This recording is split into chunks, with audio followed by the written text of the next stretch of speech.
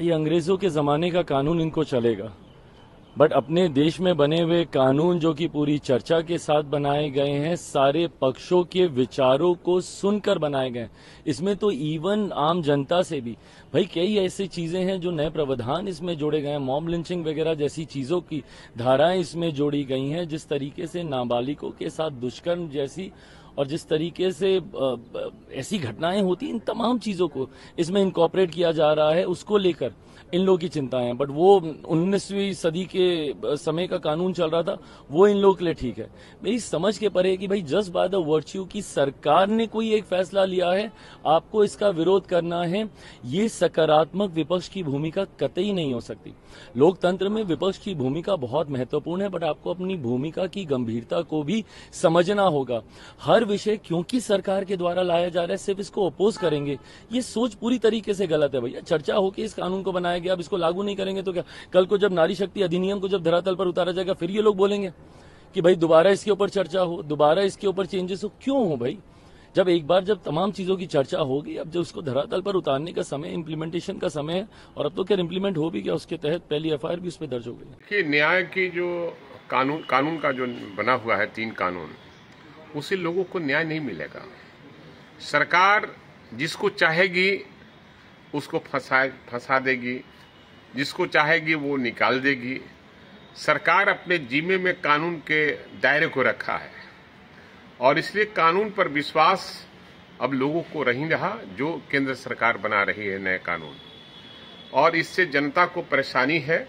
और जो उनके खिलाफ में आंदोलन करते हैं, जो उनके खिलाफ में चुनाव लड़ते हैं, उनको किसी न किसी मामले में उनको फंसाने का प्रयास किया जाएगा और कानून इसीलिए बना हुआ है। सवाल है कि आज जो स्थिति है और ग्राफ जो अपराध का बढ़ा हुआ है, इसमें कौन लोग शामिल हैं, मैं खुलासा करूंगा 2 दिन के बाद, और आंकड़े पेश करूंगा कि किस तरह से ट्रांसफर पोस्टिंग किया जा रहा है और कैसे अपराधियों को छूट मिल रही है और किनके द्वारा छूट मिल रही है। कुछ ऐसे आपराधिक तत्व के लोग जिन्हें आपराधिक मामले में कई बार जेल जाना पड़ा है, और वैसे लोग आज सरकार में शामिल हैं, और शामिल हैं वैसे लोगों को सरकार तरजीह दे रही है, और वैसे लोग ही बदमाशों को, क्रिमिनल को तरजीह देने का काम कर। 2 दिनों में खुलासा होगा, बड़ा खुलासा रहेगा। मैं 2-3 दिन में आप लोग को बुलाऊंगा, खुलासा करूंगा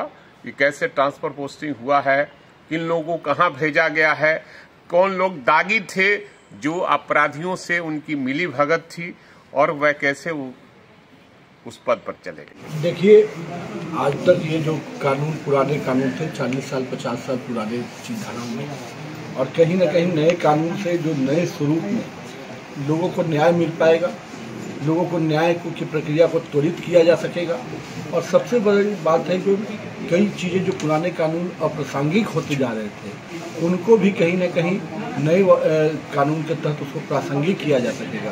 तो मेरा मानना है कि आज देश की जनता को न्याय का साथ जो हमारा संकल्प रहा है कि हम पूरी तरह से देश को न्याय के साथ जोड़ कर काम करेंगे, विकास की योजनाओं में लेके जाएंगे।